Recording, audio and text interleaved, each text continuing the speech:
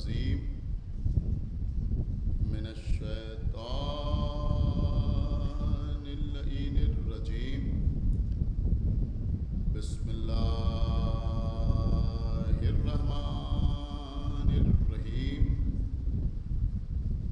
الحمد للہ الذی ہدانا لہذا وما كنا لنهتدي لولا أن هدانا الله لقد جاءت رسل ربنا بالحق الصلاة والسلام على صاحب الدين والإسلام والحل والحرام والركن والمقام والصلاة والصيام والسجود والقيام والشريعة والأحكام والحجة والبرهان والمحبة والعرفان والحق والبيان والكتاب والقرآن سيدنا ونبينا وشفيعنا ومولانا ومولى الثقلين جد الحسن والحسين ابی القاسم محمد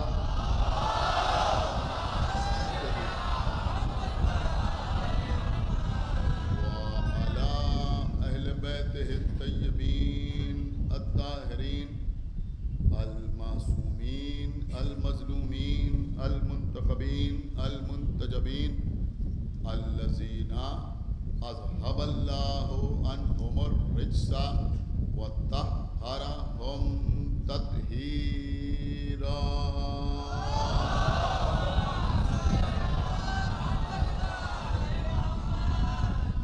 ولعنۃ اللہ علی اعدائہم وقتلتہم وغاصبی حقوقہم ومنکری فضائلہم ومصائبہم اجمعین من الآن إلى يوم الدين اللهم عذبهم عذابا يستغيث منه أهل النار آمين رب العالمين أما بعد فقد قال الله سبحانه تبارك وتعالى في كتابه المجيد وفرقانه الحميد وقوله الحق بسم الله الرحمن الرحيم يا أيها الذين آمنوا أطيعوا الله وأطيعوا الرسول ولا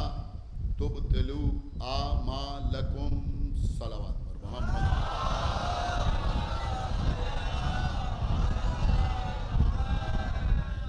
حضرات اطاعت کے موضوع پر گفتگو کا سلسلہ جاری و ساری ہے۔ سورہ محمد کی 33ویں آیت سرنامہ سخن ہے، جس میں خالق کائنات ایمان لانے والوں کو مخاطب کرتے ہوئے یہ آواز دے رہا ہے کہ تم اللہ اور اس کے رسول کی اطاعت کرو اور اپنے اعمال کو باطل نہ کرو۔ عزیزوں، کل کی مجلس میں نے آپ کی خدمت میں یہ عرض کیا تھا کہ یہاں اعمال سے مراد اعمال قبیحہ یا اعمال بد نہیں، بلکہ یہاں اعمال سے مراد اعمال صالحہ، یہاں اعمال سے مراد اعمال خیر، اس لیے کہ تحفظ اعمال بد کا نہیں کرنا ہے بلکہ حفاظت اعمال خیر کی کرنا ہے۔ بہت ضروری ہے کہ جو اعمال عبادت کے طور پر ہم انجام دیتے ہیں ہم ان کے تحفظ کا انتظام کریں، کہیں ایسا نہ ہو کہ جتنے اعمال ہم نے انجام دیے ہیں کسی ایک منزل پر ہم اللہ یا رسول کی اطاعت سے اس طرح باہر ہو جائیں کہ ہمارے وہ سارے اعمال رد ہو جائیں۔ کل میں نے آپ کی خدمت میں ابلیس کی مثال پیش کی تھی اور یہ عرض کیا تھا کہ ابلیس نے زندگی بھر سجدے کیے، عبادتیں کیں، نمازیں پڑھیں، اعمال خیر انجام دیے، اور اللہ نے ابلیس کو اس کی زندگی ہی میں ان اعمال کا صلہ اس طرح عطا کیا کہ اسے صف ملائکہ میں شامل کر دیا۔ لیکن ابلیس نے آدم کو سجدے سے انکار کر کے اللہ کی اطاعت سے انکار کیا، لہذا اس کے تمام اعمال رد ہو گئے اور اللہ نے طوق لعنت اس کے گلے میں ڈال دیا اور قیامت تک کے لیے وہ لعین بھی ہو گیا اور رجیم بھی ہو گیا۔ کس کا شعر ہے، شاعر کون ہے ہمیں نہیں معلوم، لیکن ہم نے بچپنے سے یہ شعر سنا ہے کہ گیا شیطان مارا ایک سجدے کے نہ کرنے میں، گیا شیطان مارا ایک سجدے کے نہ کرنے میں، یہ ساری زندگی سجدے میں سر مارا تو کیا مارا۔ صلوات پڑھے محمد وآلہ محمد۔ ساری زندگی کے سجدے تمام ہو گئے ایک جناب آدم کو سجدہ تعظیمی نہ کرنے کی وجہ سے۔ اس کا مطلب یہ ہوا کہ اگر آپ منزل عبادت میں آنا چاہتے ہیں تو صرف ظاہری حرکات و سکنات پر اکتفا نہ کریں بلکہ اطاعت کی منزل میں ثابت قدم رہیں۔ جب اللہ نے فرشتوں کو آدم کو سجدہ کرنے کا حکم دیا، دیکھیں میری بات سمجھیے جو میں عرض کر رہا ہوں، جب اللہ نے فرشتوں کو آدم کو سجدہ کرنے کا حکم دیا تو اس وقت فرشتے خالی نہیں بیٹھے تھے، کوئی رکوع میں تھا، کوئی سجدے میں تھا، کوئی قیام میں تھا۔ سجدے والا سجدہ چھوڑ کے رکوع نہیں کرتا، رکوع والا رکوع چھوڑ کے سجدہ نہیں کرتا، قیام والا قیام چھوڑ کے قعود نہیں کرتا۔ اللہ نے ان تمام فرشتوں کو حکم دیا کہ تم آدم کو سجدہ کرو۔ کچھ سمجھ میں آیا آپ کی؟ اس کا مطلب یہ ہوا کہ سجدے والوں نے وہ سجدہ چھوڑ کے آدم کو سجدہ کیا، رکوع والے فرشتوں نے وہ رکوع چھوڑ کے آدم کو سجدہ کیا، قیام والے فرشتوں نے وہ قیام چھوڑ کے آدم کو سجدہ کیا۔ یہ سمجھانا مقصود تھا کہ دیکھو سجدے اللہ کی عبادت نہیں ہے بلکہ اللہ کے حکم کی اطاعت اللہ کی عبادت ہے۔ صلوات پڑھے محمد وآلہ اللہ کے حکم۔ تم جس اللہ کو سجدہ کر رہے ہو وہی اللہ کہہ رہا ہے کہ تم آدم کو سجدہ کرو، تو اب تم اکڑ نہ جاؤ، اب تم میں غرور پیدا نہ ہو، اب تم میں تکبر پیدا نہ ہو، اب تم انکار نہ کرو، اب تم کوئی تعویل پیش نہ کرو، بلکہ اللہ نے حکم دیا ہے تو اب آدم کی سامنے سر جھکا دو۔ اب یہ سجدہ تعظیمی ان تمام سجدہائے تعبیدی کی ضمانت بن جائے گی۔ میں کیا عرض کر گیا آپ کی خدمت میں، لہذا اب تم آدم کے آگے سر جھکا دو۔ دیکھیے عزیزوں، اللہ کی اطاعت انسان کے عقل مند ہونے کی دلیل ہے۔ میری بات سمجھیے، اللہ کی اطاعت کرنا عقل کی دلیل ہے اور اطاعت نہ کرنا جہل کی دلیل ہے۔ ایک صلوات پڑھے بر محمد وآلہ محمد۔ بہت سمجھدار بندہ میرے سامنے بیٹھا ہوا ہے، دیکھیں آپ کوئی توضیح المسائل اٹھا کے دیکھ لیں، دینیات کی کوئی کتاب اٹھا کے دیکھ لیں، اللہ نے نماز کو واجب قرار دیا، کہاں نماز کو واجب قرار دیا؟ سب سے پہلے لکھا ہوتا ہے کہ ہر بالغ اور عاقل پر نماز واجب ہے۔ کس پر واجب ہے؟ ہر بالغ پر اور عاقل پر نماز واجب ہے۔ اس کا مطلب یہ ہوا کہ اگر عقل ہے تو نماز واجب۔ ایک صلوات پڑھے بر محمد وآلہ محمد۔ سب سے پہلی شرط جو ہے وہ یہی ہے نا کہ ہر بالغ اور عاقل پر نماز واجب ہے، ہر بالغ اور عاقل پر روزہ رکھنا واجب ہے۔ تو یہ جتنے احکامات ہیں یہ ان کے لیے ہیں کہ جو ذی عقل ہیں، جو عقل رکھنے والے ہیں. اگر کسی کے پاس عقل ہی نہ ہو تو وہ مکلف ہی نہیں ہوتا. بہت توجہ آپ حضرات کے چاہتا ہوں, عقل ہونا ضروری ہے. تو یہ عقل جو ہے یہ اطاعت کے لیے ضروری ہے.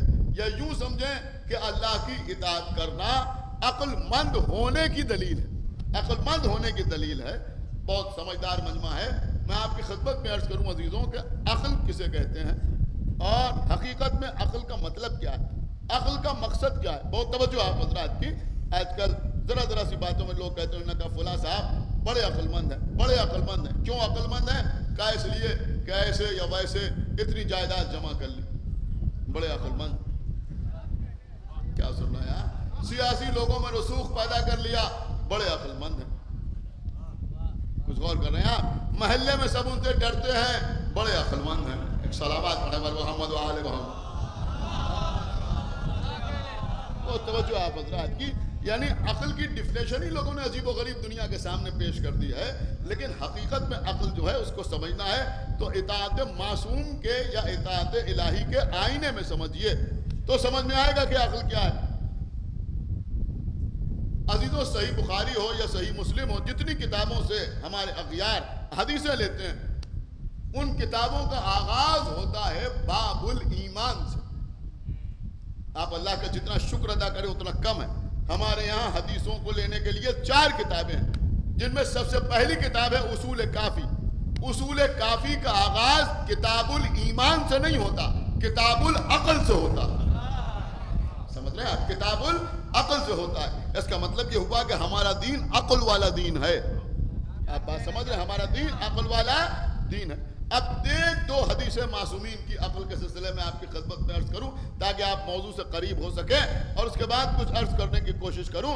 ہمارے امام نے ارشاد فرمایا کہ اللہ نے سب سے پہلے عقل کو پیدا کیا. اللہ نے سب سے پہلے عقل کو پیدا کیا. امام ارشاد فرماتے ہیں کہ اللہ نے جب عقل کو پیدا کیا تو عقل کی ضد جہل اپنے آپ وجود میں آ گیا.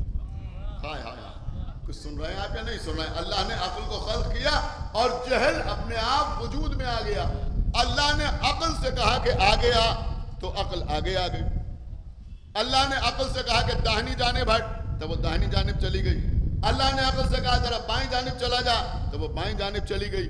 یعنی اللہ نے جو حکم دیا عقل نے اس کے اوپر عمل کیا, اللہ کی اطاعت کی. اللہ نے جہل سے کہا کہ آگے آ جا تو جہل آگے آنے کے بجائے پیچھے چلا گیا. جہل آگے آنے کے بجائے پیچھے چلا گیا. اب سمجھ میں آیا کہ عقل کی شان یہ ہے کہ اگر اللہ بلائے تو آ جائے. سنایا؟ اور جہل کا مزاج یہ ہے کہ اگر اللہ آگے بلائے تو یہ پیچھے ہٹتا ہے, اگر اللہ آگے بلائے تو یہ پیچھے ہٹتا ہے. اب ہمیں نہیں معلوم, اللہ نے خود کہا قرآن مجید میں کہ وما رمیتا اذ رمیتا ولکن اللہ رما. نہیں پھینکے آپ نے سنگریزے مگر یہ کہ اللہ نے پھینکے.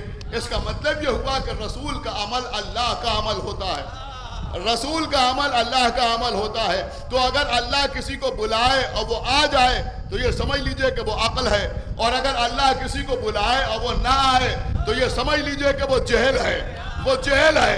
اب اللہ تو بلاتا ہوا دکھائی نہیں دیتا, لیکن نبی کا عمل اللہ کا عمل ہے, اللہ کا عمل نبی کا عمل ہے. لہذا اگر محمد بلائے تو محمد نہیں بلا رہے ہیں بلکہ اللہ بلا رہا ہے. سن رہے ہیں؟ محمد بلائے تو یہ نہیں بلا رہے بلکہ اللہ بلا رہا ہے. تو اب اگر کوئی محمد کی اطاعت کر رہا ہے تو اسی کا نام عقل ہے. اب ذرا دیکھیے کہ اگر جنگ احد میں محمد بلا رہے ہیں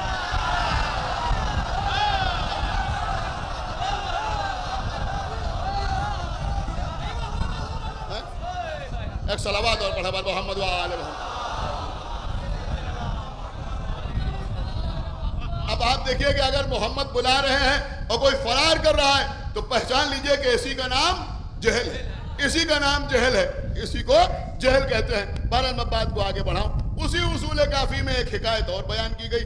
معصوم فرماتے ہیں کہ جب جناب آدم دنیا میں آئے, دیکھیں یہ ساری باتیں آپ کو سمجھانے کے لیے ہیں, کہ جب جناب آدم دنیا میں آئے تو اللہ نے جبرائیل کو آدم کے پاس بھیجا, اور جبرائیل 3 چیزیں لے کے جناب آدم کے پاس آئے, اور آنے کے بعد کہا کہ اللہ نے یہ 3 چیزیں آپ کے پاس بھیجی ہیں, آپ کو اختیار ہے ان میں سے کسی ایک چیز کو اختیار کر لیں اور دو چیزیں ہمیں واپس کر دیں جنہیں ہم لے کے چلے جائیں. کہ کیا تین چیزیں ہیں؟ کہ ایک تو دین ہے، دوسرے حیا ہے، تیسرے عقل ہے. ایک دین ہے، ایک حیا ہے، ایک عقل ہے. اس میں کوئی ایک چیز آپ اختیار کر لیں اور باقی دو چیزیں ہم واپس لے کے چلے جائیں. جناب آدم نے یہ نہیں کہا کہ دین چھوڑ دو، حیا اور عقل کو لے کے واپس چلے جاؤ. کیا سن رہے ہیں؟ خدا کے لیے توجہ چاہتا ہوں آپ حضرات کی. یہ نہیں کہا کہ حیا کو چھوڑ دو، دین اور عقل کو لے کے واپس چلے جاؤ، بلکہ آدم نے کہا کہ عقل کو چھوڑ دو. جناب آدم نے کیا کہا؟ کہا کہ عقل کو چھوڑ دو. تو جبرائیل نے، اب اصول کافی کی روایت ہے میں عرض کر رہا ہوں، جبرائیل نے عقل کو آدم کے پاس چھوڑا اور حیا و دین سے کہا کہ ہمارے ساتھ چلو. تو امام فرماتے ہیں کہ دین اور حیا نے کہا کہ اب ہم تمہارے ساتھ نہیں جائیں گے، ہم وہیں رہیں گے جہاں عقل رہے گی. کیونکہ قبلہ کو چارج کر دیا. ایک صلوات پڑھا محمد وآل محمد.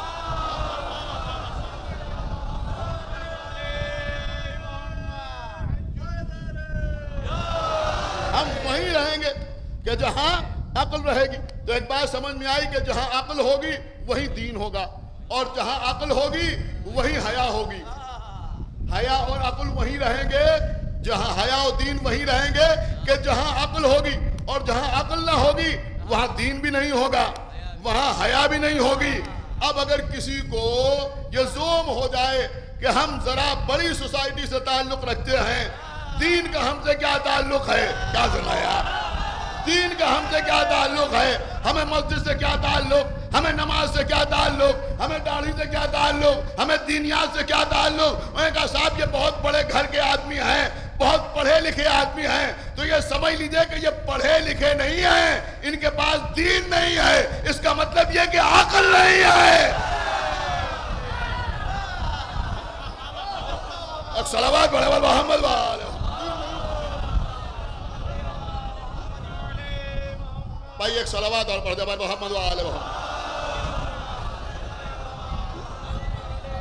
دین نہیں ہے اس کا مطلب یہ ہوا کہ ان کے پاس عقل نہیں. تو جہاں عقل ہوگی وہیں دین ہوگا، جہاں دین ہوگا وہیں عقل ہوگی.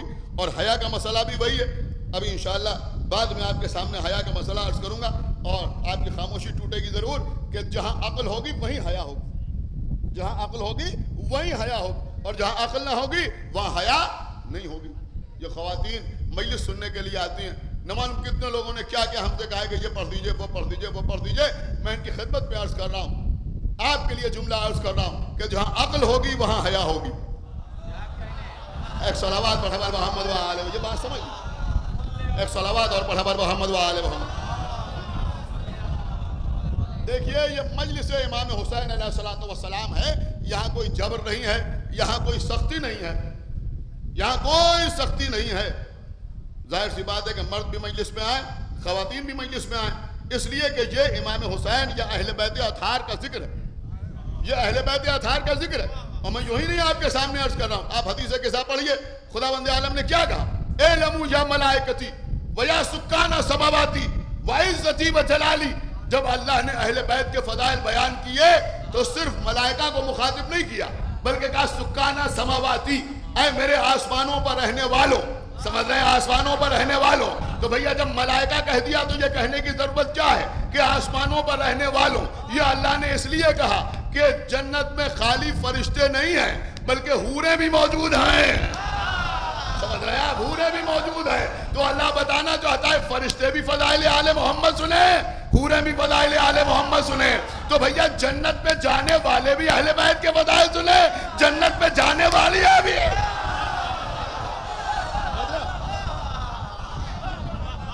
ایک صلوات اور پڑھے محمد وآلہ. فضائل اہل بیت سنیں.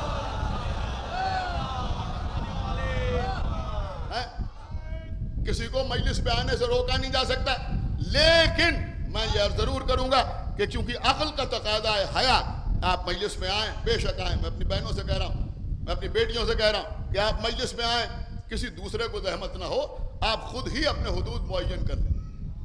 ایک صلوات پڑھے محمد وآلہ محمد.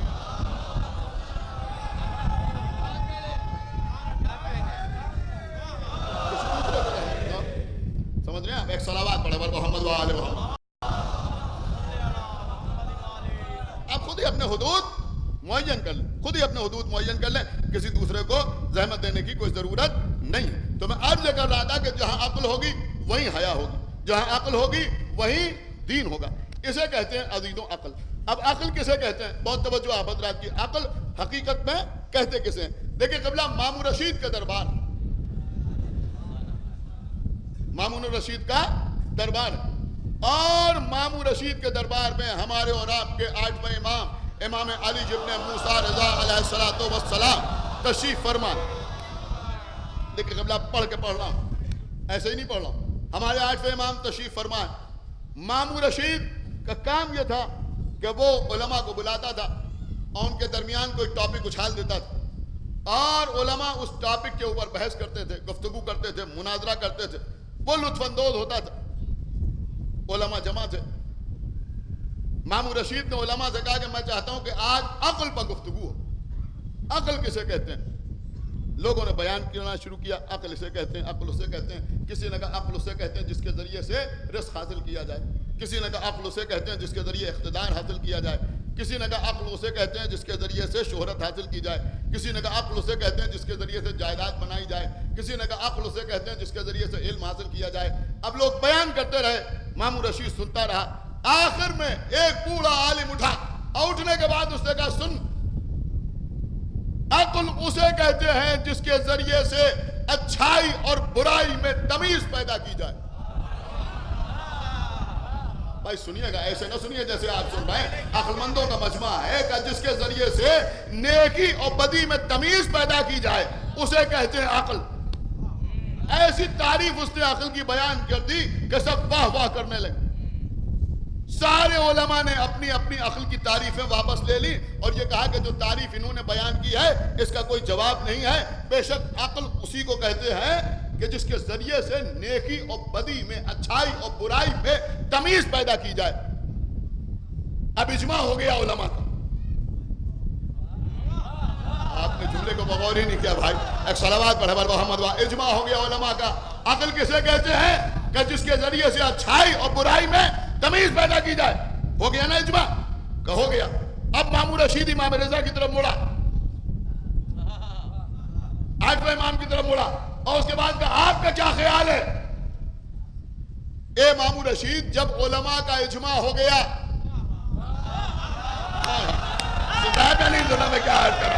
جب علماء کا اجماع ہو گیا تو اب یہ امام رضا سے پوچھنے کی ضرورت کیا ہے کہ آپ کا خیال کیا ہے؟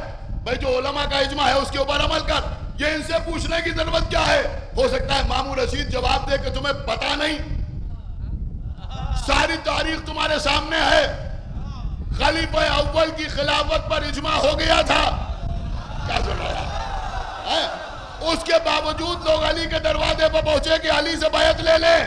یہ بیعت لینا یہ بتا رہا تھا کہ سب کا اجماع ایک طرف ہے, علی کی حمایت ہے.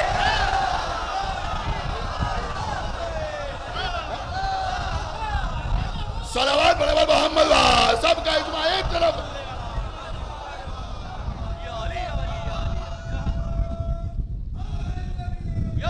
علی کی حمایت ایک طرف. لہذا علی کے در پر پہنچے. یہاں مامون رشید بھی بتا رہا ہے کہ ان سارے علماء کا اجماع ایک طرف اور امام کا قول ایک طرف. اسی لیے ہمارے ہاں اجماع علماء اسی وقت مستند ہوتا ہے جب اس کو معصوم کی حمایت حاصل.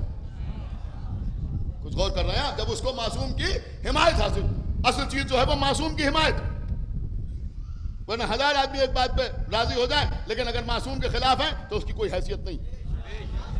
ایک صلوات پڑھے بر محمد و آل محمد. کوئی حیثیت نہیں. اس نے امام رضا علیہ السلام سے پوچھا آپ بتائیے جو انہوں نے تعریف بیان کی ہے. امام نے کہا بھائی انہوں نے تو تعریف بیان کر دی, عقل کی, اب مجھ سے کیوں پوچھ رہا ہے؟ کہا نہیں, فیصلہ تو آپ ہی کو کرنا ہے, آپ بتائیے, آپ بتائیے. امام رضا علیہ السلام نے فرمایا سنو, انہوں نے تعریف یہ بیان کی ہے کہ جو اچھائی اور برائی میں تمیز پیدا کرے اسے عقل کہتے ہیں, اسے عقل کہتے ہیں, اسے عقل کہتے ہیں.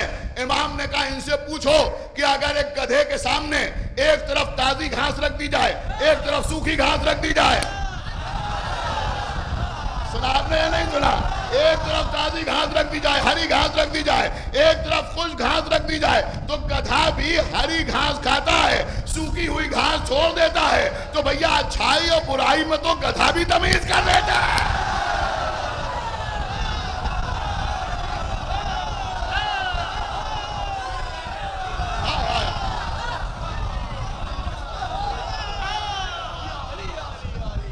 ایک صلوات پڑھے بول محمد والے۔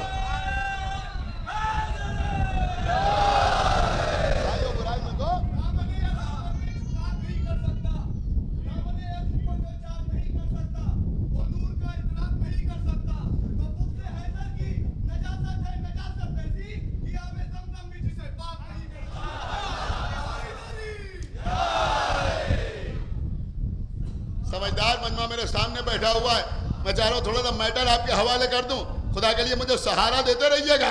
آپ کے 8ویں امام نے کیا فرمایا کہ گدھے کے سامنے بھی 2 طرح کی گھاس رکھ دی جائے، ایک خشک اور ایک ہری، تو وہ گدھا جو ہے وہ ہری گھاس کھائے گا، خشک گھاس کو چھوڑ دے گا۔ تو کیا گدھے کے پاس بھی عقل ہے؟ امام بتانا چاہتے ہیں کہ تمہارے سارے اجماع کی حیثیت گدھے سے زیادہ ہے۔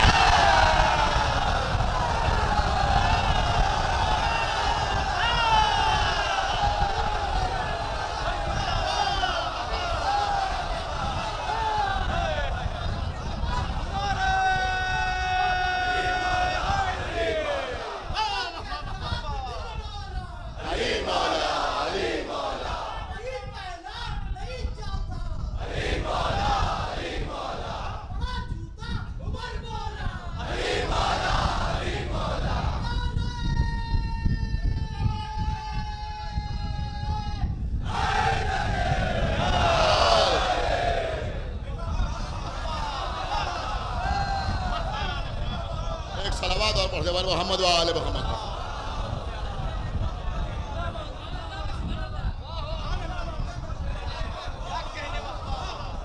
تو اب پوچھنے والوں نے پوچھا مولا آپ فرمائیے، پھر آپ بتائیے کہ پھر عقل کیا ہے؟ عقل کسے کہتے ہیں؟ امام نے کہا سنو، عقل اسے نہیں کہتے جس کے ذریعے سے اچھائی اور برائی میں تمیز پیدا کی جائے، جس کے ذریعے سے نیکی اور بدی میں تمیز پیدا کی جائے، بلکہ عقل اسے کہتے ہیں جس کے ذریعے سے یہ معلوم کیا جائے کہ 2 اچھائیوں میں بڑی اچھائی کون سی ہے، بڑی نیکی کون سی ہے۔ کیا سن رہا ہے؟ خدا کے لیے بیدار ہوئیے۔ اور چھوٹی نیکی کون سی ہے، اور 2 برائیوں میں بڑی برائی کون سی ہے، اور چھوٹی برائی کون سی ہے، عقل اسے کہتے ہیں۔ سارا مجمع امام کو حیرت سے دیکھتا رہا۔ جناب ابا سلط امام کے پہلو میں بیٹھے ہوئے تھے، ابا سلط امام کے پہلو میں بیٹھے ہوئے تھے۔ امام نے فوراً ابا سلط کا ہاتھ پکڑا، کسی وجہ سے عرض کر رہا ہوں، ابا سلط کا ہاتھ پکڑا۔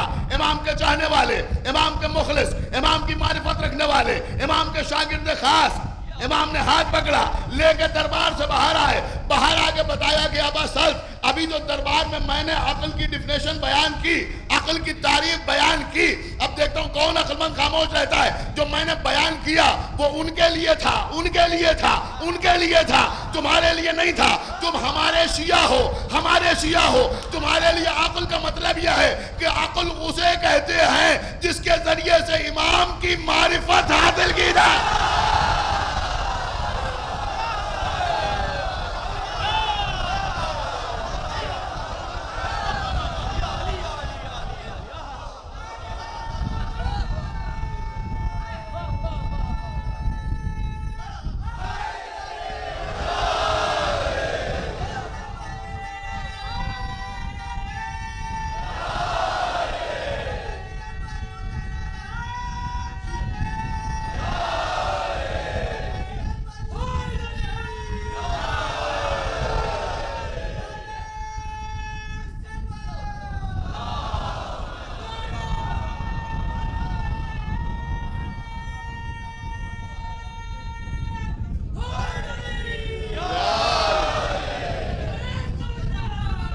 عقل اسے کہتے ہیں جس کے ذریعے سے معرفت امام حاصل کی جائے۔ تو اگر معرفت امام ہے تو عقل ہے۔ کچھ غور کر رہے ہیں آپ؟ اگر معرفت امام ہے تو عقل ہے، اور اگر معرفت امام نہیں ہے تو عقل نہیں ہے۔ اگر معرفت امام نہیں ہے تو عقل نہیں ہے۔ آج صبح میں چھوٹے امام باڑے میں پڑھ رہا تھا، بہرحال ایک بڑا مجمع وہاں آ رہا ہے، لیکن یہاں وہاں سے بہت زیادہ لوگ ہیں، لہذا میں عرض کر رہا ہوں کہ جیسے جیسے عقل بڑھتی ہے، جیسے جیسے عقل بڑھتی ہے ویسے ویسے علم بڑھتا ہے، اور جیسے جیسے علم بڑھتا ہے ویسے ویسے انسان میں غرور نہیں انکساری پیدا ہوتی ہے. کیا سنا اس مجمع نے؟ ویسے ویسے انسان میں انکساری پیدا ہوتی ہے، تکبر نہیں پیدا ہوتا، انکساری پیدا ہوتی ہے. ہم نے 10 کتابیں پڑھ لی. کیا سن رہے ہیں؟ ہم نے 10 کتابیں پڑھ لی. اب ہم کسی ایسی بات پہ اعتراض کرنے لگے جو بچپنے سے لوگ فضائل کے طور پہ سنتے چلے آ رہے ہیں. کیا سن رہے ہیں آپ بھائی؟ خدا کے لیے بیدار ہوئیے. ہم نے 4 کتابیں پڑھ لی، ہمارا دماغ خراب ہو گیا، ہمارا دماغ خراب ہو گیا. مولا علی نے قم بیزنی نہیں کہا تھا. ارے یہ منہ یہ مسور کی دال.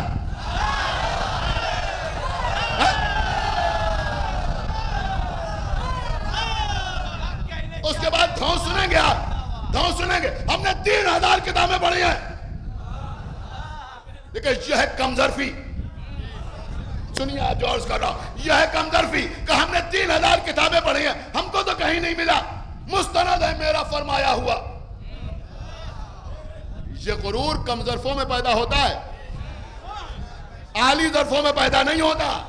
ارے میں آپ ہی کے مطلب کی بات عرض کر رہا ہوں، بات سمجھ رہے ہیں آپ؟ کم ظرفوں میں یہ غرور پیدا ہوتا ہے، عالی ظرفوں میں یہ غرور پیدا نہیں ہوتا. 1000 کتابیں پڑھی ہو یا 2000 کتابیں پڑھی ہو یا 3000 کتابیں پڑھی ہو، اما جب رسول اللہ نے فرما دیا کہ اگر دنیا کے تمام درخت قلم بنا دیے جائیں،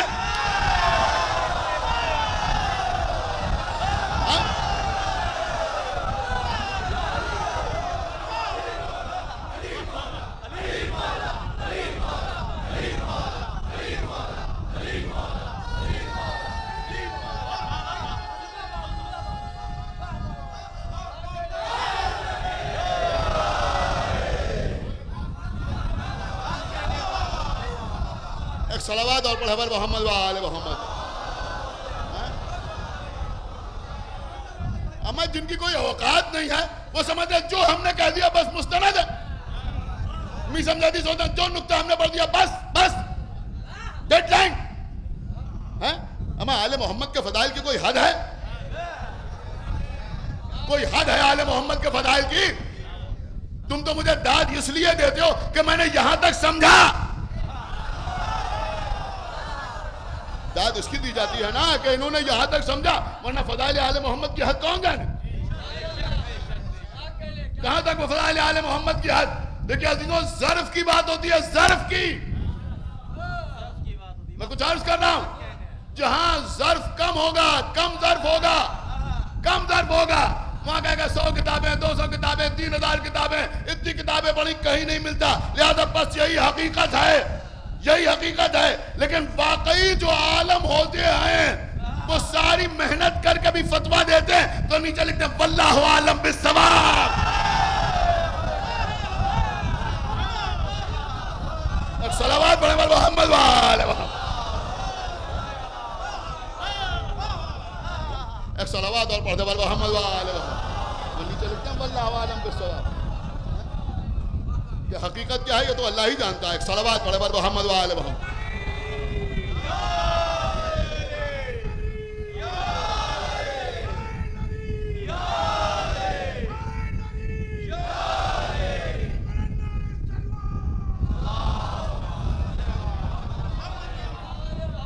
اگر کوئی بات سمجھ میں نہیں آ رہی ہے تو سمجھنے کی کوشش کرو، انکار کر کے کافر نہ ہو جاؤ. سمجھنے کی کوشش کرو کہ کیا مسئلہ ہے.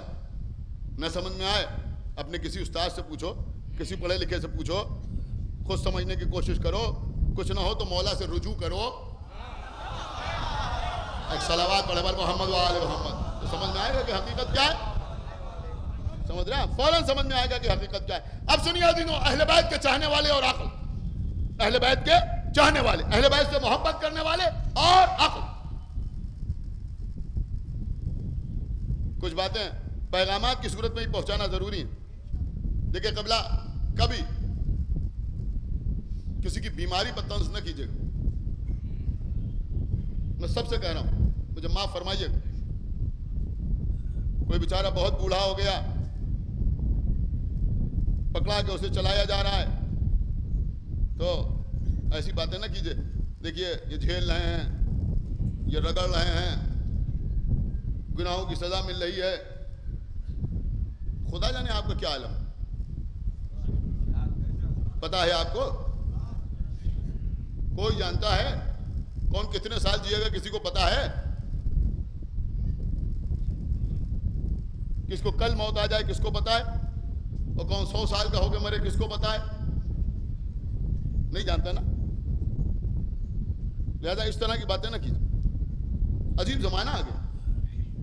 اگر کسی کی بیماری طویل ہو جائے تو لوگ کہتے ہیں صاحب دیکھیں جھیل رہے ہیں. یہ سب سنتے ہیں نا جملے, آپ ان سے بچیے. تکبر نہ کیجیے, غرور نہ کیجیے. میری بات سمجھیے جو میں عرض کر رہا ہوں, اور یوں ہی نہیں عرض کر رہا ہوں. اور اگر کسی کو اچانک موت آ گئی, میں کہا دیکھیے ان کو توبہ کرنے کا موقع بھی نہیں ملا. ایسا لگتے ہیں کہ خود ایسا کردار ہے کہ شاید توبہ کی ضرورت ہی نہیں ہے. ایک صلوات پڑھیں بر محمد و آل محمد. کہ ان کو توبہ کرنے کا موقع ہی نہیں ملا, مر گئے. نہیں ایسی. یہ میں اپنی طرف سے کہوں تو آپ کو اختیار ہے کہ جو چاہے مجھے کہیں, لیکن معصوم نے ارشاد فرمایا, آپ کے ساتویں امام امام موسیٰ بن جعفر علیہ السلام. دیکھیں کچھ باتیں ہر مجلس میں پیغام کی صورت میں پہنچانا نہایت ضروری ہے, لہذا عرض کرنا. مذاق نہ اڑائیے کسی کو. میں نوجوانوں سے کہہ رہا ہوں مجلس میں آنے کا بہت زیادہ اجر ہے, آگے بیٹھنے کا بھی بہت زیادہ اجر ہے. اور صرف یہی نہیں, ہر مجلس میں کوشش کیا کیجئے کہ آگے آگے بیٹھیے. ہر مجلس میں کوشش کیجئے کہ آگے بیٹھیے. سمجھ رہے ہیں آپ؟ خاموش نہ بیٹھیے. صلوات پڑھیے, داد دیجئے, نعرہ لگائیے, مجلس میں گریہ کیجئے. لیکن اگر گھر میں بوڑھے ماں باپ ہیں, سمجھ رہے ہیں آپ, اب وہ مجلس میں آنا چاہتے ہیں,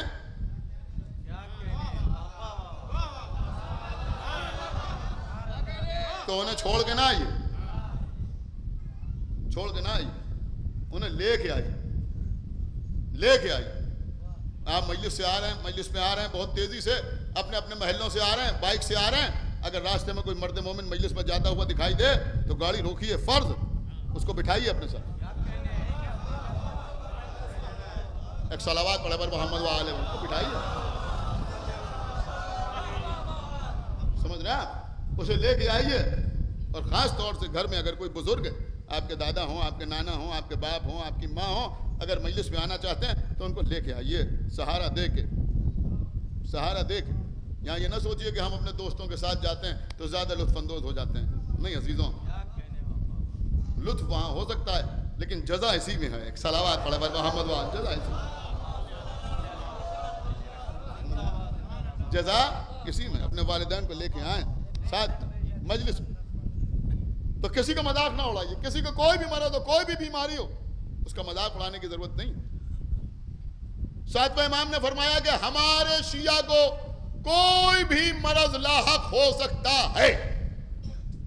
آپ کے امام فرما رہے ہیں, سمجھے نہیں کہہ رہا کہ ہمارے شیعہ کو, ہمارے چاہنے والے کو کوئی بھی مرض لاحق ہو سکتا ہے. یہ سمجھ لیجئے, آپ کے امام نے کہا ہے. کوئی اور کیا کہہ رہا ہے مجھے نہیں معلوم. امام فرما رہے ہیں کوئی بھی مرض ہمارے چاہنے والے کو لاحق ہو سکتا ہے. کسی مرض میں مبتلا ہو کے ہمارا چاہنے والا مر سکتا ہے, پیرالسس ہو سکتا ہے, ہارٹ اٹیک ہو سکتا ہے, کڈنی فیلیور ہو سکتی ہے, کچھ بھی ہو سکتا ہے ہمارے چاہنے والے کو. انسان ہے, کچھ بھی ہو سکتا ہے, کسی بھی مرض میں مبتلا ہو کر وہ مر سکتا ہے. اب امام ہی کا جملہ سنیے آپ کے حوالے. کہ یہ ہو سکتا ہے کہ مرنے سے پہلے ہمارے چاہنے والے کی آنکھوں کی بصارت اس کا ساتھ چھوڑ دے. یہ ہو سکتا ہے کہ اس کی قوت گویائی اس کا ساتھ چھوڑ دے. یہ ہو سکتا ہے کہ مرنے سے پہلے اس کی قوت سماعت اس کا ساتھ چھوڑ دے. یہ ہو سکتا ہے کہ اس کے ہاتھوں کی حرکت, پیروں کی رفتار اس کا ساتھ چھوڑ دے. امام نے فرمایا لیکن اگر ہمارا چاہنے والا ہے تو آخر وقت تک عقل اس کا ساتھ نہیں چھوڑتی. ہائے ہائے ہائے ہائے, نہیں آپ نے غور ہی نہیں کیا بھائی. ایک صلوات پڑھے محمد. اگر ہمارا چاہنے والا, ایک صلوات اور پڑھے بر محمد و آل محمد. دیکھیں قبلہ یہ اتنی دیر کی محنت اسی لیے ہے، لوگوں نے داد تو دی لیکن شاید کچھ سوالیہ نشانات سب کے ذہنوں میں پیدا ہو گئے، اور میں سمجھ رہا ہوں آپ کیا سوچ رہے ہیں. ہر ایک کے ذہن میں کوئی نہ کوئی مثال آ گئی نا؟ آئی یا نہیں آئی؟ بولیے بھائی بولیے، ہاں یا نہیں؟ کوئی نہ کوئی مثال ذہن میں آئی. فلاں شخص بھی تو تھا، ماتم بھی کرتا تھا، مجلس بھی کرتا تھا، لیکن آخر وقت میں کیا ہو گیا تھا؟ دماغی توازن بگڑ گیا تھا، کپڑے ٹھیک سے نہیں پہنتا تھا، کھانا نہیں کھا پاتا تھا، چیختا ہوا محلے کی گلیوں میں دوڑتا پھرتا تھا، باندھ کے رکھا جاتا تھا. عقل نے ساتھ چھوڑا یا نہیں چھوڑا؟ میں کہوں میں نہیں چھوڑا. ہم نے بھی دیکھے بہت سے ایسے، کچھ عرض کر رہا ہوں، نہیں چھوڑا عقل نے ساتھ. اگر اہل بیت کا چاہنے والا ہے، یہ ساری باتیں ہو سکتی ہیں جو بھی میں نے آپ کے سامنے بیان کی، لیکن عقل اس کا ساتھ نہیں جوڑے گی. آپ کہیں گے کیوں؟ امام نے عقل کی ڈیفینیشن ہی یہی بتائی ہے کہ معرفت امام کا نام عقل ہے. سن رہا ہے یہ مجمع یا نہیں سن رہا ہے؟ معرفت امام کا نام عقل ہے. اما ہماری قوم کا کوئی شخص کیسا ہی کیوں نہ ہو جائے، دنیا اسے پاگل کہے، دیوانہ کہے، لیکن عقل اس کا ساتھ نہیں چھوڑتی. اس لیے کہ یہ تجربہ ہے جو میں آپ کی خدمت میں عرض کر رہا ہوں. عقل معرفت امام کا نام ہے. لوگ اسے کتنا ہی پاگل کیوں نہ کہیں، لیکن اگر ہماری قوم سے تعلق رکھتا ہے تو آخر وقت تک یہ ضرور جانتا ہے کہ صلوات کے لائق کون ہے.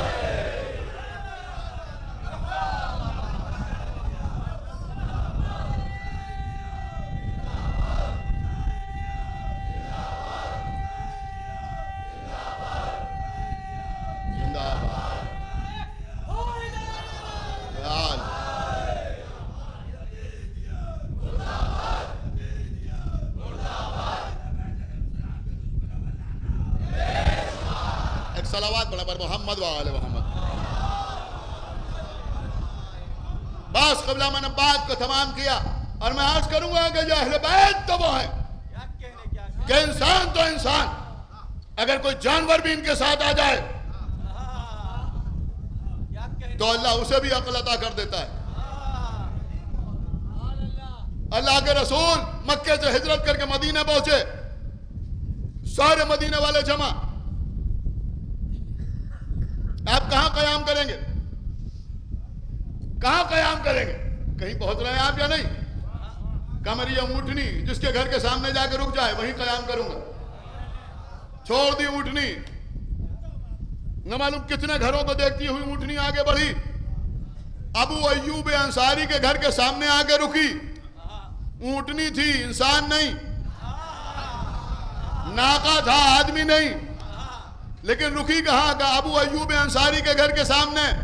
پیغمبر نے انہی کے گھر میں قیام کیا. بس باب فضائل میں آخری جملہ، ارے بھیا اتنی بات تو اونٹنی بھی جانتی ہے کہ سب صحابہ برابر نہیں، سب برابر نہیں. کہاں رکی؟ ابو ایوب انصاری کے گھر کے سامنے آ کے رکی، کہیں اور نہیں رکی. پیغمبر نے انہی کے گھر میں قیام کیا. جیسا نانا ویسا نواسا. چلتے چلتے حسین کا گھوڑا رکا.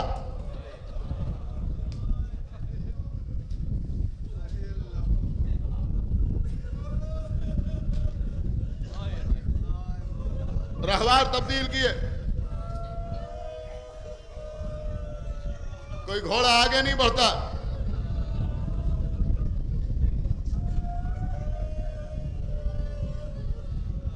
میرے مولا سے زیادہ کون جانتا تھا؟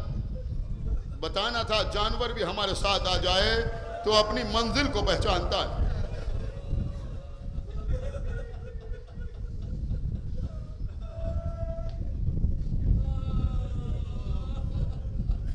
بھئی عباس یہاں رہنے والوں کو بلا لاؤ.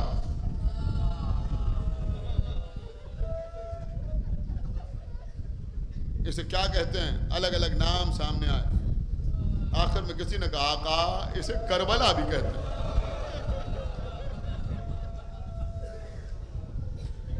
فرمایا کرب و بلا.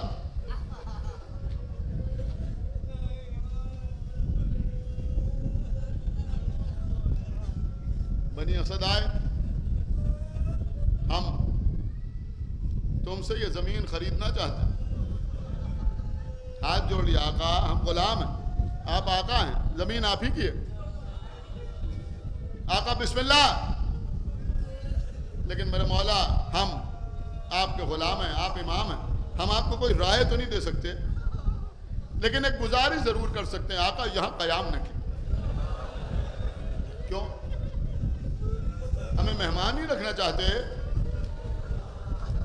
نہیں آقا، ہم نے اپنے بزرگوں سے سنا ہے کہ جب بھی اللہ کا کوئی نیک بندہ اس زمین پہ آیا کبھی خوش نہیں رہا.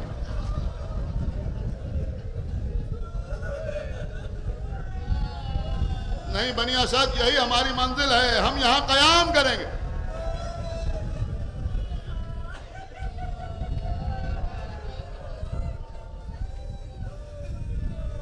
یہ زمین ہمارے ہاتھ فروخت کر دو. 60,000 درہم دے کے حسین نے زمین خریدی. بنی اسد دیکھ رہے ہیں، کئی گنا زیادہ قیمت دے کے خریدی.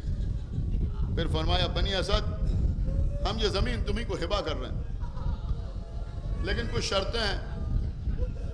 آقا کیا شرط؟ کہ دیکھو پہلی شرط یہ ہے کہ جب ہم یہاں قتل کر دیے جائیں تو یہ لوگ اپنے کچھ سہائے نجس کو دفن کر دیں گے. ہمارا لاشا بے گولو کفن پڑا ہوا ہوگا. تم اپنے گھروں سے کھیلتے ہوئے تم اپنے گھروں سے نکل آنا، ہمارا بیٹا بااجاز آئے گا، ہمارے دفن و کفن میں اس کی مدد کرنا. اور دیکھو اگر کوئی ہماری قبر کا نشان پوچھتا ہوا آ جائے تو اسے ہماری قبر تک پہنچا دینا، اور اسے 3 دن اپنے گھر میں مہمان رکھنا. وہ بھوکا نہ رہے، وہ پیاسا نہ رہے. اے آقا یہ 3 دن کی مہمانی کا حکم کیوں؟ کہ اس لیے کہ ہماری سیر اوضاع تشنگی یاد رہے. جزاکم اللہ خیر الجزا. روئی عزیز، آج دوسری محرم، آج ہی کے دن زہرا کا لال کربلا کی سرزمین پہ آ گیا.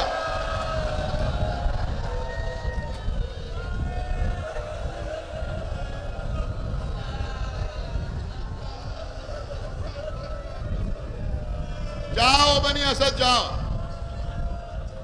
اپنے گھر کی عورتوں کو بھیج دو. عورتیں آئیں برقعے میں نہا خواتین.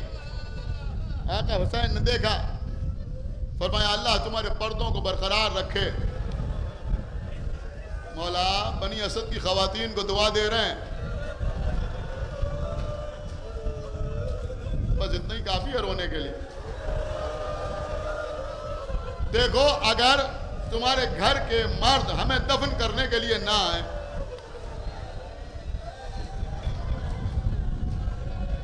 اگر تمہارے گھر کے مرد ہمیں دفن کرنے کے لیے نہ آئے تو تمہیں غیرت دلا کے بھیج دینا کہ فرزند رسول کا جنازہ بے گور و کفن پڑا ہوا ہے، تم گھر میں بیٹھے ہوئے ہو.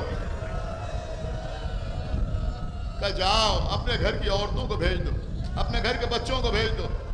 اب عزیزوں چھوٹے چھوٹے بچے حسین کے سامنے آئے. بچوں کو دیکھا، بچوں دیکھو جب یہاں جنگ ہو رہی ہو تو گھر سے باہر نہ نکلنا، ایسا نہ ہو کہ کسی کے تیر لگ جائے. ایسا نہ ہو کہ کسی کے نیزہ لگ جائے، ایسا نہ ہو کہ تم میں سے کوئی مارا جائے۔ مولا یہ بنی اسد کے بچے ہیں، انہیں تیر نہ لگ جائے، انہیں نیزہ نہ لگ جائے، یہ قتل نہ ہو جائیں۔ ان کی زندگیاں ان کے ماں باپ کے لیے ضروری ہیں، لیکن مولا یہی زمین آپ کا علی اکبر، یہی زمین آپ کا ششبہا علی اصغر، یہی زمین آپ کا 13 برس کا قاسم، یہی زمین زینب کے بچے اون و محمد،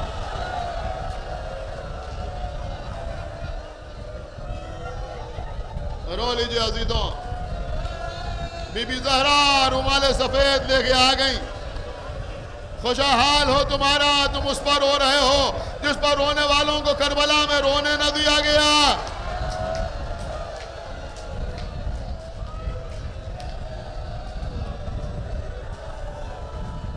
بنی اسد کے بچے سامنے، آقا حسین، بچوں اگر تمہارے ماں باپ ہمیں دفن کرنے کے لیے نہ آئیں تو تم گھر سے کھیلتے ہوئے باہر آ جانا، ایک ایک مٹھی خاک اٹھا کر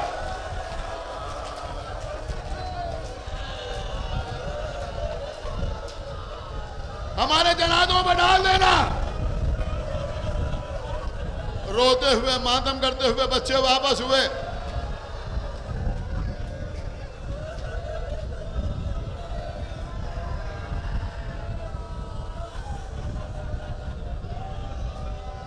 عزیزوں میں مصائب میں آج کمی نہیں کروں گا، آج دوسری محرم ہے، حالانکہ رات کو بھی کئی مجلسیں پڑھنا ہے، اس میں بھی آپ کے سامنے عرض کرنا ہے۔ عزیزوں جب کربلا میں آقا حسین آئے تو 3 باتوں کا بہت زیادہ خیال تھا۔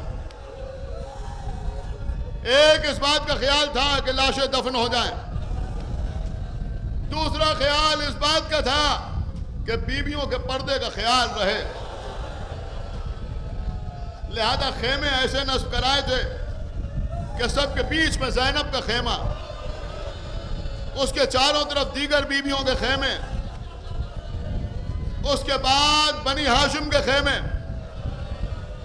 سب سے آخر میں انصار کے خیمے، اس طرح سے خیمے لگوائے، بیویوں کا پردہ برقرار رہے۔ تیسرا خیال کس بات کا تھا؟ بچے پیاسے نہ رہیں،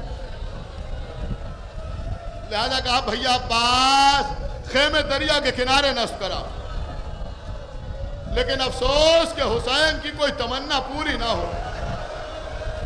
اگر چاہتے تھے کہ لاشیں دفن ہو جائیں تو 3 دن لاشیں بے گور و کفن پڑے رہے، اگر چاہتے تھے کہ بیویوں کا پردہ برقرار رہے تو زینب کے سر سے ردا چھینی گئی۔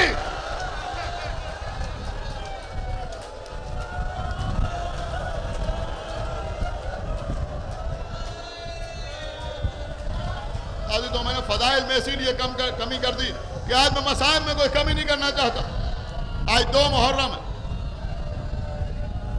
میں آپ کے سامنے کچھ اور مسائل بھی پڑھ سکتا ہوں، لیکن کیونکہ یہ ایوان باب المراد ہے، یہ امام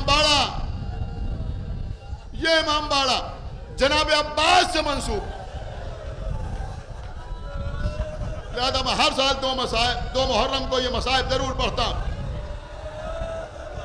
عزیزوں خیمے دریا کے کنارے نصب، جو حضرات زیارت کر کے آئے ہیں کربلا معلیٰ،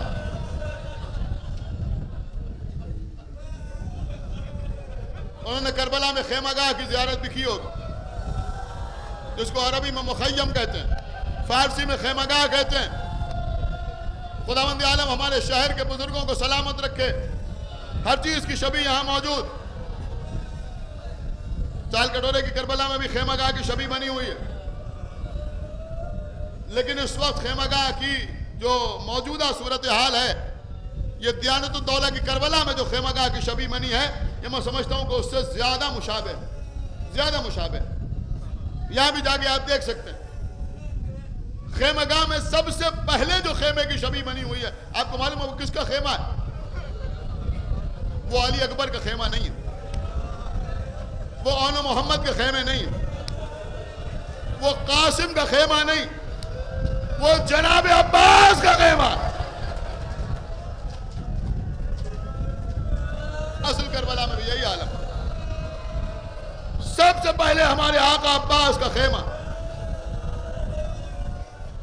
حضرت عباس اپنے خیمے کے سامنے کرسی پر بیٹھے ہوئے ہیں.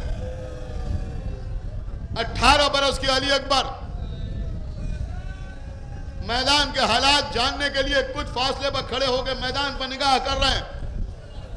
آتے ہوئے لشکروں کو دیکھ رہے ہیں, بڑھتے ہوئے سپاہیوں کو دیکھ رہے ہیں, اضافہ ہوتی ہوئی فوج کو دیکھ رہے ہیں. ایک مرتبہ حضرت علی اکبر کو احساس ہوا کہ ایک لشکر ہماری طرف بڑھ رہا ہے. شہزادہ تیار ہوا, یہ حملہ کرنے کے لیے تو نہیں آ رہے ہیں, لیکن علی اکبر جانتے ہیں کہ یہ جو رسالہ آ رہا ہے اس کے لیے ہم اکیلے کافی ہیں, لہذا کسی کو مدد کے لیے نہیں بلایا. کھڑے ہوئے ہیں, تنا کھڑے ہوئے ہیں, تلوار بھی نہیں نکالی, کھڑے ہوئے ہیں. وہ رسالہ قریب آیا, سردار رسالہ آگے بڑھا. اب علی اکبر سمجھ گیا یہ کچھ کہنے آ رہا ہے, ابھی جنگ کرنے نہیں آ رہا ہے. کہ کیا بات ہے؟ کہ ہم یہ کہنے کے لیے آئے ہیں کہ حسین کے خیمے دریا کے کنارے سے ہٹا دیے جائیں.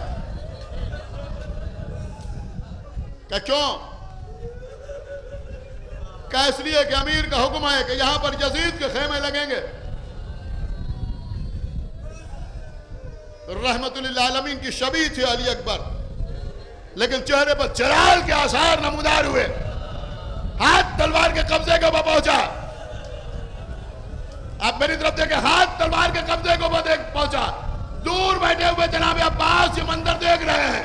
اس سے پہلے کہ تلوار پوری طرح سے نیام سے باہر آئے, علی اکبر کے سینے پر عباس کا ہاتھ آیا.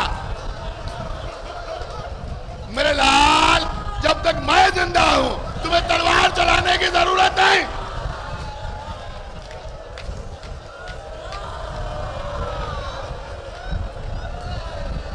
چچا کے احترام میں روئیے, جی تو روئیے, شرما کے نہ روئیے, حسین کے ماتم ہے. چچا کے احترام میں علی اکبر 2 قدم پیچھے ہٹے, آگے بڑھے جناب عباس. ہماری زبان نہیں تھکتی کہتے کہتے آقا عباس, آقا عباس, آقا عباس, آقا عباس. جملہ سنیے, آپ سر پیٹ کے روئیں گے.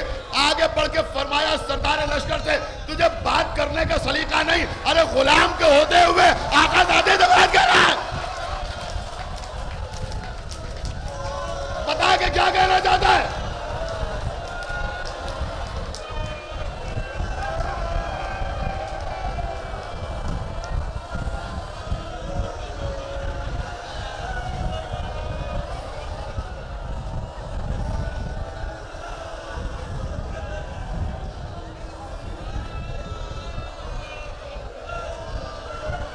بتا کہ تو کیا کہنا چاہتا ہے؟ کہا عباس, ہم یہ کہنے آئے ہیں کہ حسین کے خیمے دریا کے کنارے سے ہٹا دیے جائیں. کہ تمہاری یہ مجال کہ تم کہو کہ حسین کے خیمے دریا کے کنارے سے ہٹا دیے جائیں. ذرا آواز بلند ہوئی آواز. یاد ہے کچھ آپ کو؟ ولید کے دربار میں حسین کی آواز بلند ہوئی, عباس و علی اکبر دربار میں داخل ہو گئے. یہاں عباس کی آواز بلند ہوئی, حسین خیمے سے باہر آ گئے. عباس کے بفرے ہوئے تیور دیکھے.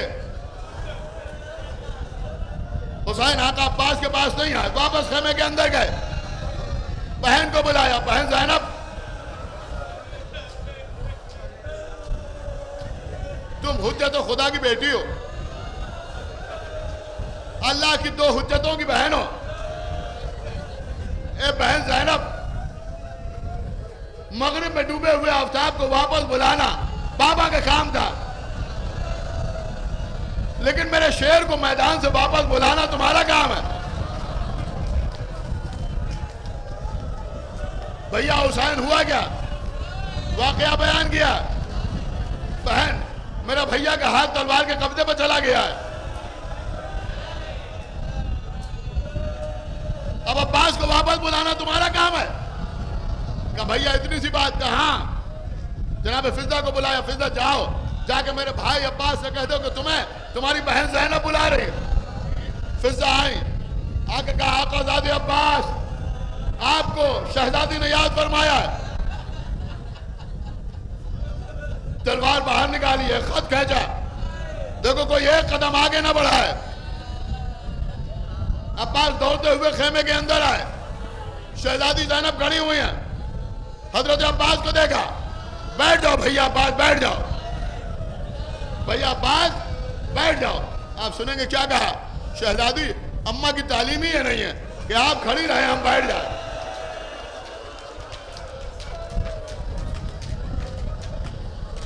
بھیا اماں نے کیا سکھایا ہے، کہ یہ سکھایا ہے کہ ہمیشہ حسین اور زینب کی اطاعت کرتے رہنا،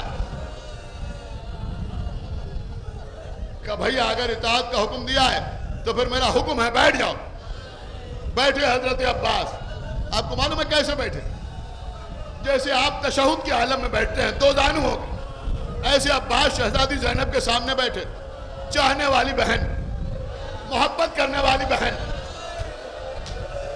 نہیں شاید ابھی آپ کو احساس نہیں ہوا، بے شک جناب زینب کے بھائی تھے حضرت عباس، لیکن کیا آپ جانتے ہیں گود میں پالا تھا، گود میں۔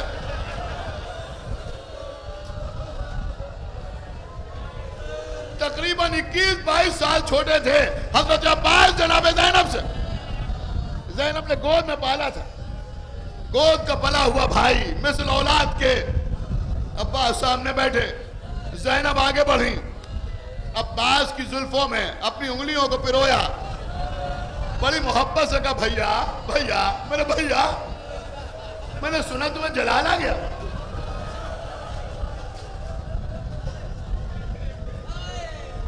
اے شہزادی آپ ہی بتائیں، یہ اشقیاء کہتے ہیں خیمے یہاں سے ہٹا لیے جائیں۔